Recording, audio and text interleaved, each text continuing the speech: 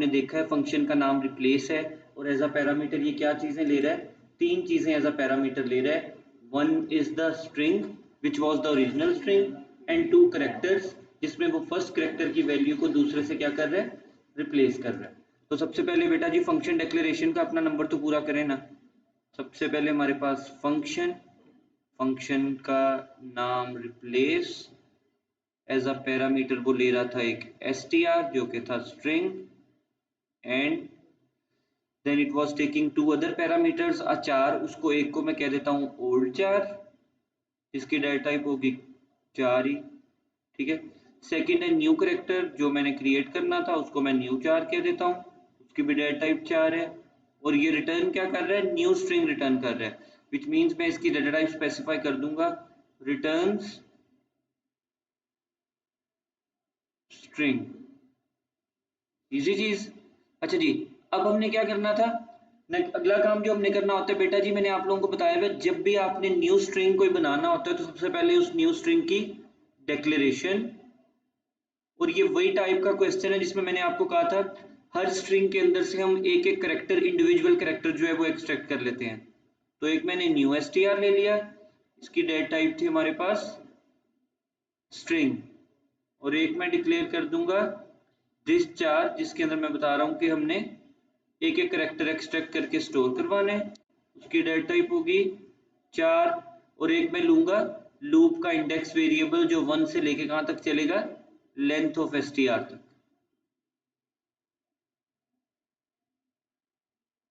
Integer new str के अंदर क्या इनिशियलाइज करवा देता हूं मैं, एम्प्टी स्ट्रिंग, क्योंकि अभी हमने कोई भी स्ट्रिंग नहीं बनाया।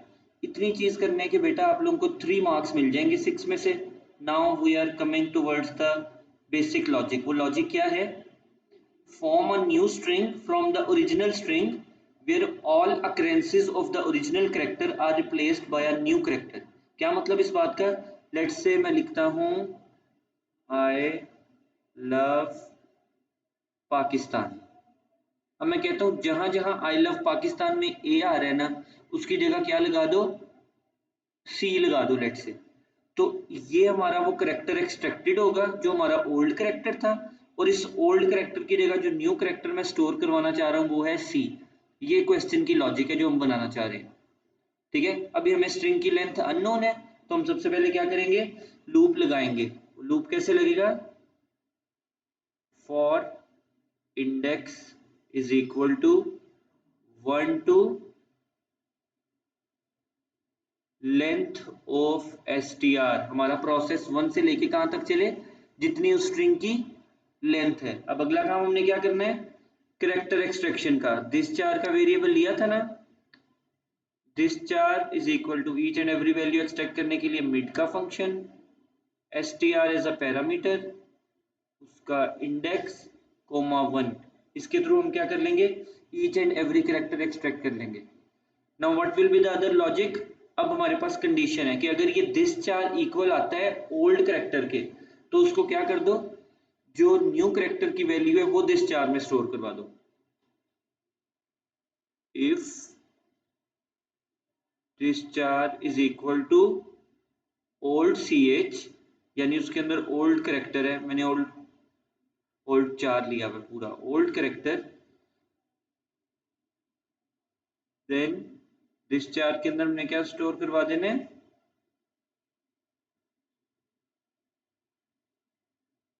न्यू करेक्टर स्टोर करवा देना। ठीक हो गया, ये हमारे पास हो गया एंड इफ। और अब बनाना था नया स्ट्रिंग। नया स्ट्रिंग कैसे बनेगा, new str is equal to new str concatenated किस चीज के साथ, जो हमारा डिस्चार्ज था। और फाइनली हम क्या कर देंगे, नेक्स्ट इंडेक्स, ताकि कंट्रोल को लूप की बॉडी से बाहर लेके जा सके। रिटर्न कर देना है आपने न्यू str, और उसके बाद हमारा फंक्शन क्या हो गया, एंड हो गया, and function, the process ends. I hope ये क्वेश्चन समझ आया होगा। अगले क्वेश्चन को देख लो। Several companies are developing websites to market a new type of game console. Different companies हैं वो वेबसाइट डेवलप कर रही हैं ताकि हम एक गेमिंग कंसोल बना लें. The company that is first to create a website that can demonstrate the interactive feature of the game console will have an advantage over the other.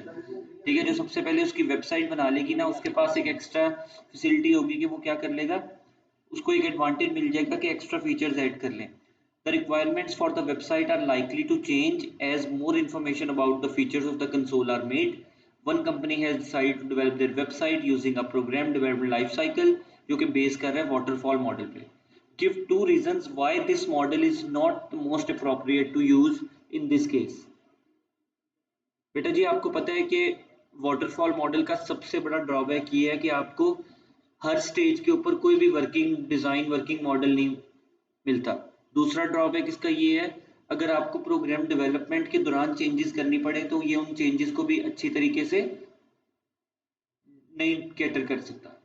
और तीसरा ड्रॉबैक इसका क्या लिख सकते हो आप, there is a need of high customer involvement.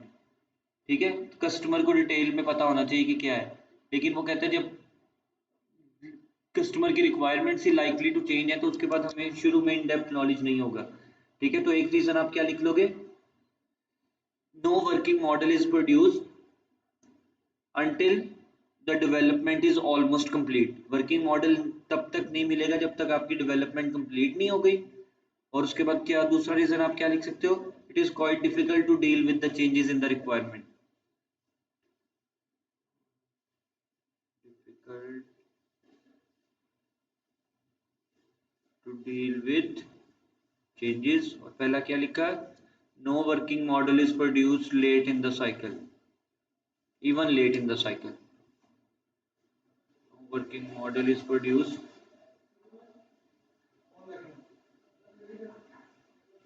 late in the cycle. इसी चीज identify a more appropriate program development life cycle model for this scenario. इस केस में बेस्ट कौन सा रहेगा, रेड मॉडल भी लिख सकते हो आप, रैपिड एप्लीकेशन डेवलपमेंट जिसको बोलते हैं, या फिर आप आइटरेटिव मॉडल भी लिख सकते हो, ये भी एक्सेप्टेबल है. The website has been running in test mode for several weeks. Identify and describe a final stage of testing that should take place before the website is made available to the customer. जी वो कहते हैं test mode में run हो रही है. ठीक है, आपने बताना है वेबसाइट कस्टमर्स को भेजने से पहले आप कौन सी स्टेज करते हो. तो वेबसाइट कस्टमर को सेल करने से पहले हम स्मॉल ग्रुप ऑफ यूजर से इसको चेक करवा लेते हैं ना, तो वो हमारे पास कौन सी स्टेज हो जाती है, बीटा टेस्टिंग. ठीक है, और बीटा टेस्टिंग की क्या डिस्क्रिप्शन लिखोगे, this testing is carried out by a small group of potential users. They will check that the website is working as required और not. User will provide feedback, suggestions for improvement will be given. ठीक है, testing carried out by small group of potential users. Feedback is provided.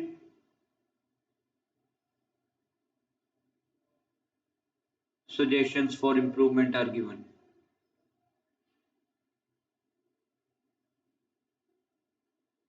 किस तरीके से उसको मजीद हम बेहतर बना सकते हैं. वेरी गुड जी बेटा जी. आगे है थोड़ा सा समझने वाला क्वेश्चन, अच्छे तरीके से समझ लो पहले इसको कि मैं इसमें बता देता हूँ कि इसमें करना क्या है. बेटा जी आप लोगों को सिमिलर टाइप ऑफ क्वेश्चन सिर्फ स्टेटमेंट सिनेरियो चेंज करके आता है, इसलिए आप लोगों ने ध्यान से सीख लेना है कि हमें इसमें किस तरीके से वैल्यूज पिक करनी है, स्पेशली ये अरे का क्वेश्चन. ठीक है, क्या है इसके अंदर हमारे पास, अब video conferencing program supports up to 6 users.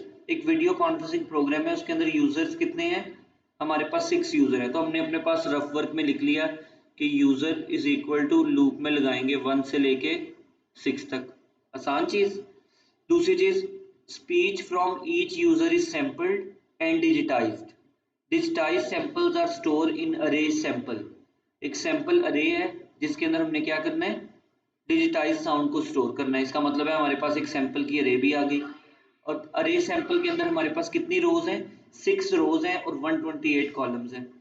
ठीक है, तो सैंपल की अरे में इसका मतलब है हमने क्या कर लेना है, दो चीजें गिवन है, पहले उसके यूजर जो कि थे 6 जो उसका रो नंबर को रेफर कर रहा है, और उसके बाद उसके अंदर 128 कॉलम है, तो दूसरी चीज उसके कॉलम को स्पेसिफाई कर रही है। यानी जब भी अरे के एलिमेंट को रिट्रीव करना है तो हमने कैसे करना है, रो और कॉलम की बेस पे। अच्छा जी, the digitized sound sample from each user are to be produced to produce are to be processed sorry to produce a single value which will be stored in 1D array result। जो भी processing की उसको किस अरे में store करवा देना है, हमने रिजल्ट की अरे में स्टोर करवाना है। ठीक है, the process will be implemented by procedure mix. अब एक प्रोसीजर है मिक्स, वो क्या कर रहा है, कैलकुलेट कर रहा है एवरेज। तो यार जी क्या करेंगे, हम दो वेरिएबल ले लेंगे, एक एवरेज का वेरिएबल, और एवरेज कैलकुलेट करने के लिए हमें क्या चाहिए होता है, हमेशा टोटल भी चाहिए होता है। तो टोटल के वेरिएबल के अंदर 0 रखवा लेंगे। आपको पता है एवरेज कैलकुलेट करने के लिए टोटल के अलावा और क्या चीज चाहिए होती है हमें, काउंट, नंबर ऑफ आइटम्स कितने हैं, क्योंकि एवरेज का फॉर्मूला क्या होता है, sum of all items divided by total number of items. तो हर दफा जो काउंट में जब जब सैंपल हमारे पास हमारी रेंज में होगा, जैसे देखिए ना उसने कहा है इग्नोर सैंपल वैल्यूज ऑफ 10 और लेस, तो जब जब 10 से बड़ा होगा सैंपल तो हम काउंट की वैल्यू में एक एक इंक्रीमेंट करते जाएंगे, और टोटल में total is equal to total plus sample of row column को क्या करते जाएंगे, पिक करते जाएंगे। इजी चीज, repeat for each column in the array. अब बेटा जी बिल्कुल कोई बच्चा बिल्कुल मेरी तरह का फारिग है, ठीक है। अच्छा तीसरा स्टेप क्या है, store the average value in the corresponding position in result, और रिजल्ट की अरे में वो डाटा हमने एवरेज कैलकुलेट करके क्या कर देना है, स्टोर करवा देना है। अब बेटा जी एक बात सुने मेरी, ये है 6 नंबर का सवाल, उसने कहा है सैंपल और रिजल्ट ग्लोबल अरेज हैं, जब भी कोई अरे ग्लोबल होती है तो हमें उसको डिक्लेयर नहीं करना पड़ता। तो बेटा अगर हम थोड़ा सा इसको सिचुएशन को समझते हुए देखें क्वेश्चन को, तो कुछ 3-4 नंबर लेना हमारे लिए बिल्कुल भी मुश्किल बात नहीं है इसकी। और यही मैं चाहता हूँ कि एटलीस्ट आपकी इतनी लॉजिक बने कि आप इसमें से 4 नंबर जरूर अपने एक्सट्रैक्ट करें। सबसे पहले हम क्या करेंगे, प्रोसीजर, प्रोसीजर का नाम और उसके अंदर टोटल, काउंट, रो, कॉलम, ये सारी चीजें हम क्या कर लेते हैं, इनिशियलाइज कर लेते हैं। अच्छा जी इसको शुरू करते हैं।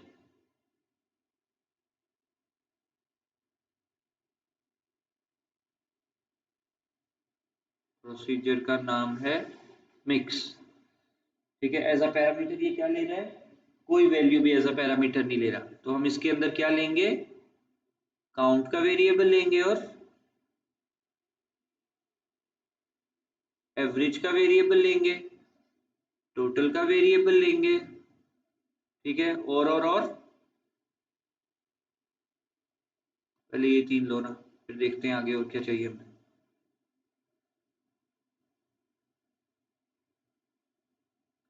ठीक है, काउंट, एवरेज, टोटल, ये 3 चीजें हमने ले ली हैं। अच्छा जी, अरे ऑलरेडी क्रिएटेड थी, लेकिन अरे के हमारे पास क्या है, 2 इंडेक्सेस है, ठीक है। वो क्या होंगी हमारे पास, एक रो ले लो और एक कॉलम ले लो, ठीक हो गया। तो मैं डिक्लेयर कर लेता हूं यहाँ पे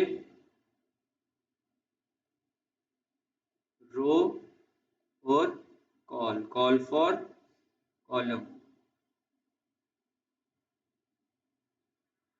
इजी है। अब हम क्या करेंगे, अब हमारी प्रोसेसिंग स्टार्ट हो गई। प्रोसेसिंग स्टार्ट कैसे होगी बेटा जी, अच्छा ये देखो एक चीज यहाँ पे जो समझने वाली है ना, अंडरस्टैंडिंग आपकी डेवलप होने वाली है। उसने कहा था each row contains 128 digitize sound samples from each user, इसलिए हम कॉलम के अंदर आके for column is equal to 1 to 128 करके फिर टोटल के अंदर जो है ना वैल्यू स्टोर करवाना शुरू करेंगे। टोटल में भी 0 और शुरू में काउंट में भी 0। सबसे पहले for column is equal to 1 to 128, इसके लिए हमने काउंट में भी 0,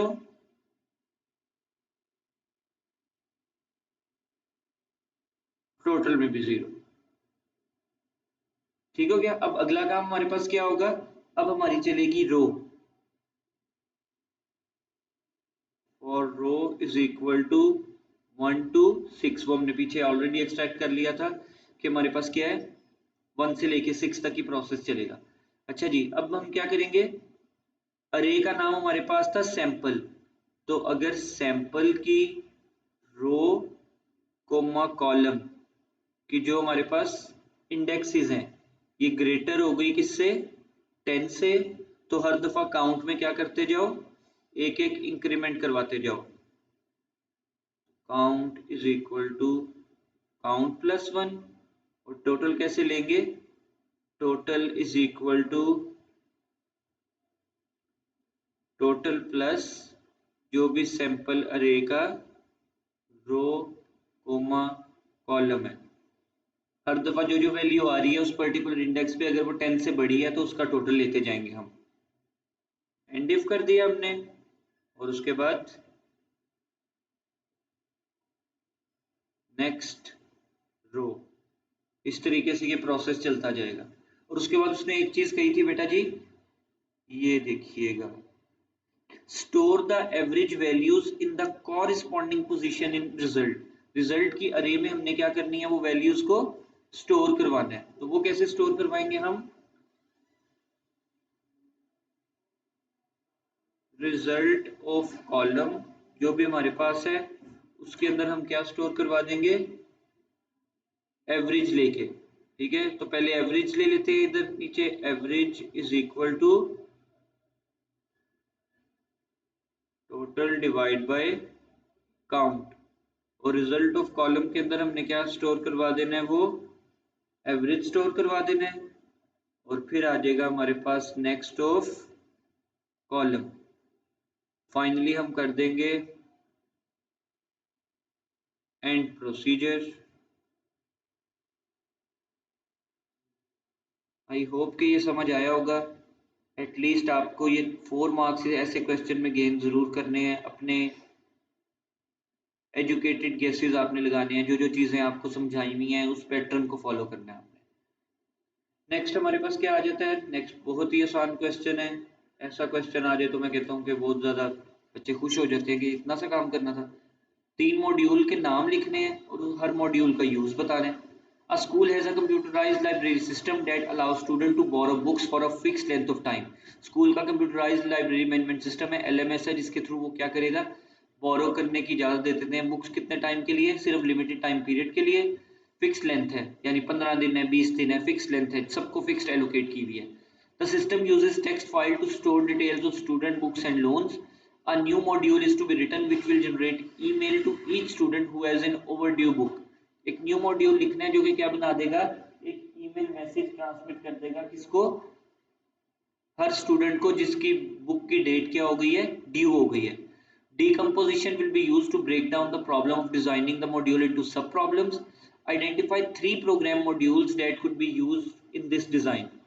अब स्टूडेंट को हमने जो ईमेल भेजनी है उसके लिए वो कहते हैं 3 प्रोग्राम मॉड्यूल्स बताओ जो इसमें यूज हो सकते हैं। ठीक है, तो क्या क्या हो सकता है, सबसे पहले तो हमारे पास एक मॉड्यूल होगा गेट स्टूडेंट ईमेल। एक मॉड्यूल होना चाहिए जिसके थ्रू हमें हर स्टूडेंट की पर्टिकुलर ईमेल जो है वो मिल जाए। और ये इसका डिस्क्रिप्शन में क्या लिखेंगे, to get the email address of student with an overdue book. To get the email address of a student with an overdue book. दूसरा मॉड्यूल हम क्या बना देते हैं, the option of send mail. Send email की option हमें क्या करेगी, it sends an email to a student with an overdue book. जिस भी स्टूडेंट के दिन ऊपर हो गए हैं, लेट्स से उसने 3 दिन ऊपर हो गए, 4 दिन ऊपर हो गए, ओवरड्यू हो गई थी बुक, तो क्या कर देगा, उसको एक ईमेल भेज दी जाएगी ऑटोमेटिकली। और क्या हो सकता है तीसरा मॉड्यूल, तीसरा मॉड्यूल आप लिख लो, लेट्स से आइडेंटिफाई स्टूडेंट। ठीक है, स्टूडेंट का एक आइडेंटिटी नंबर होगा, वो उसकी आइडेंटिफिकेशन की ऑप्शन होगी, तो हम उसके लिए क्या लिख सकते हैं, आइडेंटिफाई स्टूडेंट। ये भी एक हमारा मॉड्यूल जो है वो बन सकता है। इजी चीज है ये, वेरी गुड। इसके बाद हम इसके बी पार्ट पे आते हैं। बी पार्ट तो बेटा जी बहुत आसान चीज बताई हुई है उसने। The program designer produces a structure chart for the new module. Part of the structure chart is shown. एक मॉड्यूल ए है, बी है, सी है और डी है। ठीक है, तो वो कहते हैं explain the relationship between 4 modules. अब आपको पता है जो टॉप पे बना होता है ना, वो कौन सा होता है, मेन मॉड्यूल होता है। ठीक है, और ये जो मेन मॉड्यूल होता है ना, ये बाकी सबको क्या कर रहा होता है, कॉल कर रहा होता है। तो आप इसकी क्या डिस्क्रिप्शन लिख सकते हो, main module A is calling the modules B, C and D. और साथ में आपने देखा है कि यहाँ पे क्या बनी हुई है, ये एरो बना हुआ है, ये लूपिंग का। तो आप क्या लिख दोगे, the process will be repeated. So module A can call module B, C or D and the process will be repeated. Module A calls module B, C and D. The process will be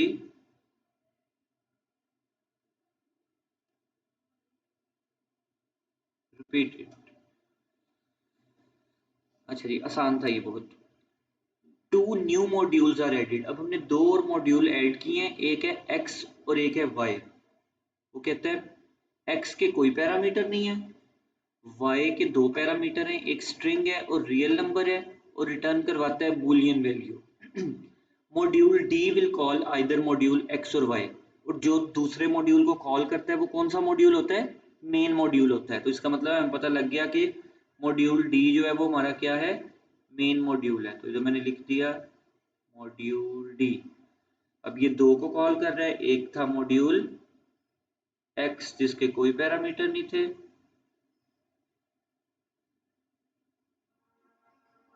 एक है module y जिसके 2 parameter हैं. Module y क्या करेगा? एक string को as a parameter लेगा, जब पैरामीटर पास होते हैं तो एरो नीचे को जाता है. एक रियल एज अ पैरामीटर लेगा, एक और एरो नीचे जाएगा. रिटर्न करवाएगा बूलियन वैल्यू. ठीक है, बूलियन वैल्यू रिटर्न करने से क्या मुराद है कि हमारे पास ये अहमद अकील रिटर्न हो रहा है. इसको सर्कल को हम क्या कर देंगे? ब्लैक कर देंगे ऐसे. ये बूलियन रिटर्न था हमारे पास. अच्छा जी, अब उसने यहाँ पे कहा था मॉड्यूल डी विल कॉल इधर मॉड्यूल एक्स या वाई. इन दोनों में से किसी एक को कॉल करता है. तो इसका मतलब है ये क्या हो रही है हमारे पास? सिलेक्शन हो रही है.